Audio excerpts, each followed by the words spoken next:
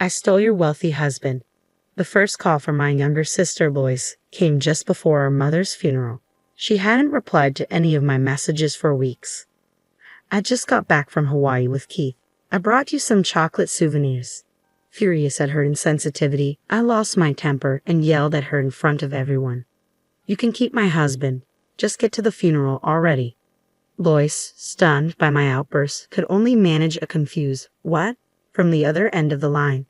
I gave her the address of the funeral home and hung up, seething. Knowing she'd try to call back, I turned off my phone, took my seat in the family section, and tried to compose myself. My name is Emily, and I just turned 38. Growing up in a family of 4, my parents, my younger sister, and myself, I often felt the weight of being the eldest. My sister Lois, who is 6 years younger, was always the favorite. With her charming looks, she had a knack for getting her way. Whenever Lois wanted something, she would flash an irresistible smile and say, "Emily, I want this," and I would almost always give in. Unfortunately, this dynamic didn't change as we grew older, making Lois an extremely troublesome sister. 8 years ago, our father passed away after a long illness. 6 months ago, our mother was diagnosed with a terminal illness and had been in and out of the hospital since. 2 years ago, I married Keith, a senior colleague from work, and moved into an apartment near my office. Despite the distance, I spent the last 6 months commuting an hour each way to care for my ailing mother while managing my job. Lois had returned home and left her job a year ago following a breakup with her then boyfriend. Despite this, she continuously deferred caregiving duties to me, claiming I was better suited for it. Eventually, I took a month off work to care for our mother. Despite my efforts, she passed away 2 days ago. And where was Lois during this time? She had left for Hawaii a week earlier. I pleaded with her to stay, but she disregarded my pleas and went ahead with her plans. At the funeral, following the priest's final words, friends and family began to offer their condolences. It was a tribute to my mother's kindness that not only relatives but also many of her friends had gathered to mourn. Several colleagues from my workplace were also present. "I'm sorry for your loss," they offered. "Thank you. I truly appreciate your support in granting me the time to be with my mother during her final days." He's my father-in-law, the company president. Throughout this difficult time, he's shown exceptional understanding and support. But where's Keith? I haven't spotted him around. He's been on a business trip overseas since last week, and I haven't been able to reach him. I understand. I'll inquire with the sales manager about his whereabouts. Due to the size of the company he oversees, Keith and I work in different departments. He's heavily involved in sales and often laments about his demanding schedule filled with frequent business trips. While I tried to be understanding of his absence during this challenging period, I couldn't shake off the anxiety of managing everything alone, especially without being able to reach him or my sister Lois. Meanwhile, my father-in-law made a heartfelt effort to attend the funeral, his presence offering immense support that nearly moved me to tears. Gratitude swelled within me as we rode to the crematory in the limo with the rest of the family. Upon switching my phone back on, I half hoped for a message from Keith. Instead, I was taken aback by the flood of nearly 30 voicemails, most of them from Lois. "Answer your phone. You can't just fabricate absurd lies because you're upset that I'm with Keith now." Her voice echoed through the phone, filled with anger. "She took Keith from me. Did she mention something like that during her call before the funeral?" I was too overwhelmed with managing the guests to fully grasp what she was implying. Lois and Keith having an affair? It couldn't be true. I felt a surge of shock and agitation. Was Keith really on a trip with her? It seemed unbelievable. Rushing to check the voicemail, I found several messages from my husband. "I'm deeply sorry, but you're a resilient woman. You can handle this on your own, but Lois, I need to stand by her. So let's end things." As I listened to his message, it felt like a scene ripped from a melodramatic script. I wish I hadn't heard that. I muttered to myself. Why did I have to discover that my husband and sister were having an affair and enjoying themselves in Hawaii during our mother's funeral? You need to hurry if you want to bid your final farewell to Mom. We're en route to the crematory. Reluctantly, I dialed my sister's number and relayed the news. "That's not funny. Stop lying. You're just bitter because I took Keith from you." "But it's the truth. I get it. Losing your husband must be tough." "Yeah, he's set to be the next company president and loaded. I empathize with your pain, Emily, but there's a difference between white lies and deceit, you know. You're grown up. You should understand that. I never expected to hear that from you. It was a shock to find out about you and Keith's affair. I could almost hear the satisfaction in Lois's voice. She always enjoyed pulling pranks on me since we were kids, reveling in my gullibility. I let out a frustrated sigh. Regardless, now's not the time for this. If you want to bid Mom farewell, come now. I'm tired of this charade, so why do you need to check with his father? On the other end of the line, their voices overlapped in what seemed like a heated exchange. They probably weren't prepared for me to bring up his father. Eventually, my husband, who appeared to be standing beside Lois, took the phone. Emily, is what Lois said true? If you doubt it, then do as you wish. I'm ending this call. After a while, we pulled up at the crematory. This was my final chance to bid farewell to Mom, but my thoughts were in disarray from the whirlwind of the past few days and the sorrow of losing her. Unsure of what to do next, tears streamed down my cheeks uncontrollably. Witnessing my distress, a relative offered a comforting pat on the back, saying, "Your care for Mom until her last moments surely brings her gratitude, Emily."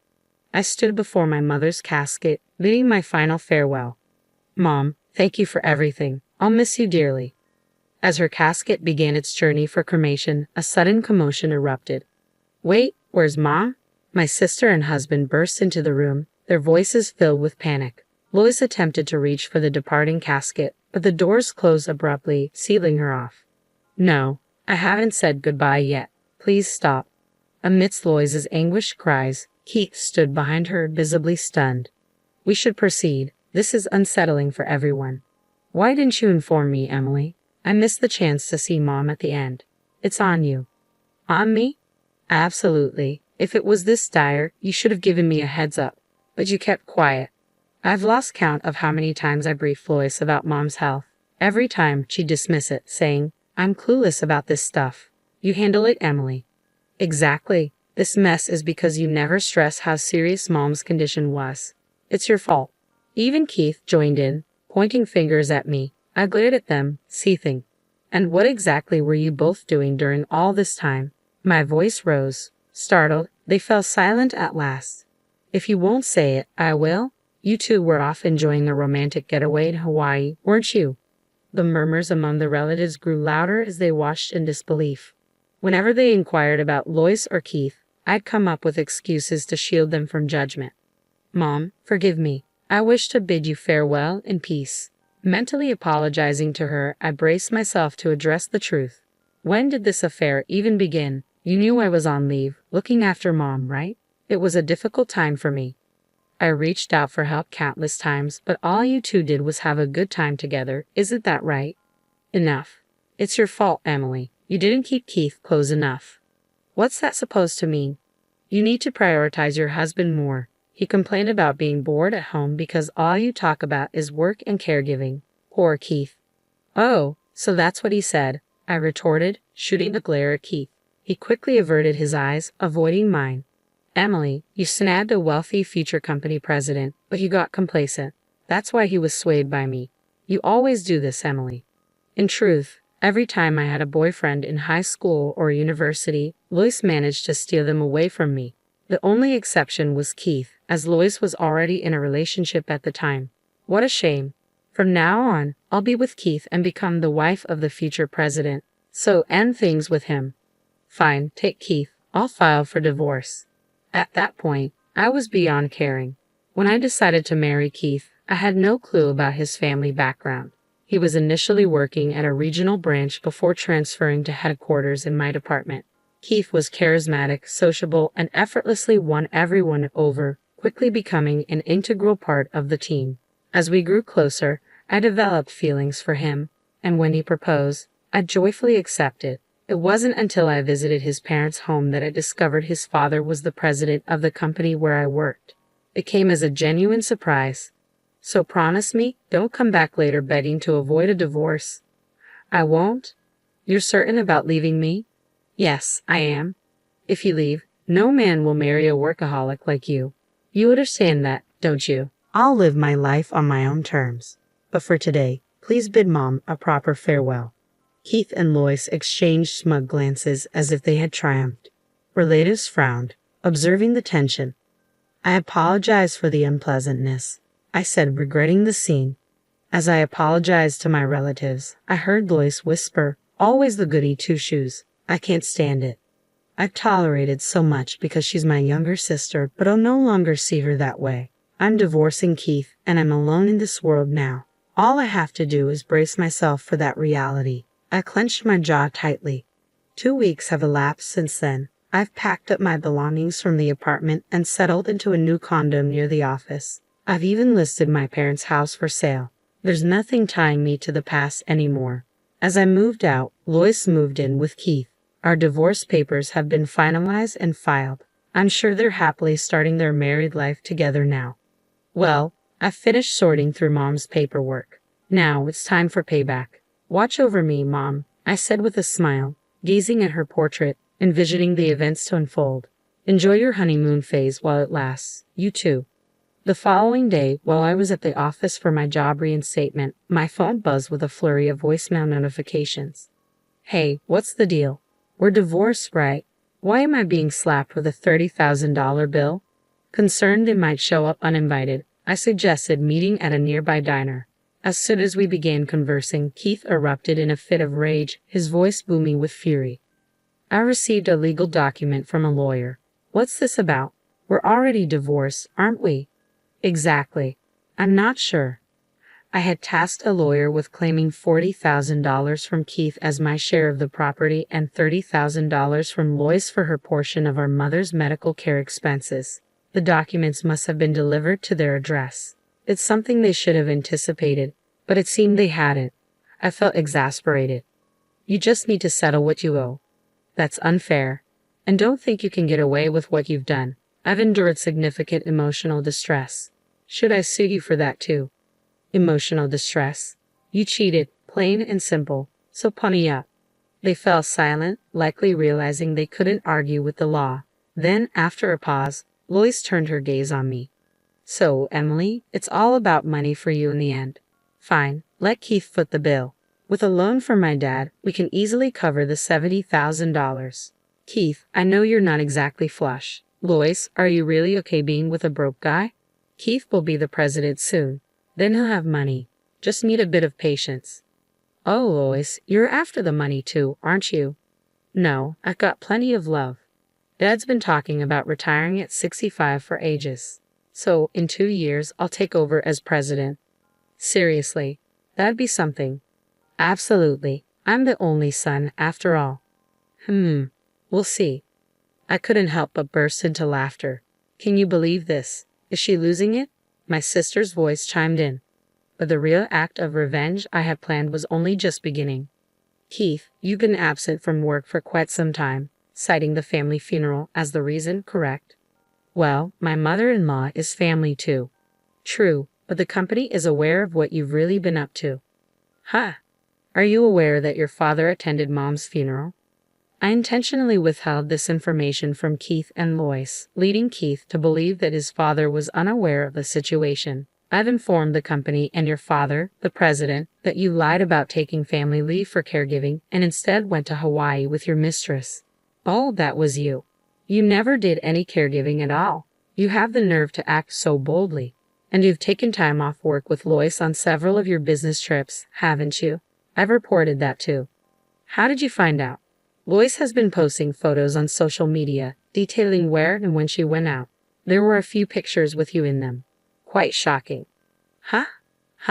You knew about my social media? It's the same account you've had since high school. Naturally, I'd be aware. Lois appeared uneasy, and Keith was caught off guard by my revelation. Wait, does Dad really know everything? Just as my mother was family to you, your father regarded her as family too. Naturally, he'd be informed about the family funeral, as protocol dictates it should be reported to the company. Even following the funeral, he showed concern for me and reached out multiple times. Consequently, I relayed all the recent events to him. He's quite furious. Furthermore, he made it clear that he has no intention of appointing you as the next president. But I'm his son. He mentioned he doesn't recall ever stating that our company follows a principle of hereditary succession. Additionally, he instructed me to convey that he has no use for a son who would engage in such disloyal behavior. Ha! So Keith isn't going to be the president. As I watched their faces grow pale, I decided to push them further. And to add, I'll be assuming the role of president next month. Ha! I just received the official notification from the president and my superiors at the company. It's official. I've been appointed as the new president. That's impossible. They wouldn't appoint you as president. If you doubt me, why don't you call your father right now and confirm? Keith hurriedly dialed his father while Lois, his new wife, looked on nervously. So, Emily's going to be the president. That's true. So, I won't be the president's wife. If I knew that, I wouldn't have taken you from Emily. But you said you loved me. That was with your money included. What did you say? I couldn't bear the couple starting their argument in front of me, so I stood up. If you want to fight, do it somewhere else. Oh, and I'll be expecting the payment. Thanks. Wait, please don't leave me. Please support me, sis. I evaded their desperate attempts to grab hold of me and swiftly departed. Following that, the couple proceeded with their divorce. My ex-husband, Keith, was demoted by his father and eventually resigned from his position. Now, he works multiple part-time jobs every day to settle his debts to me. As for Lois, rumors have it she's working in a bar at night. Initially, she seemed to be managing, but she fell victim to a deceitful man and found herself in dire circumstances. Meanwhile, I've ascended to the position of president. Admittedly, it's for a small company operating as a subsidiary within the main company building, specializing in the caregiving industry, a venture established based on the proposal I drafted during my caregiving leave. Nonetheless, the caregiving sector is projected to expand in the future, and I'm determined to excel. I'll give it my all moving forward.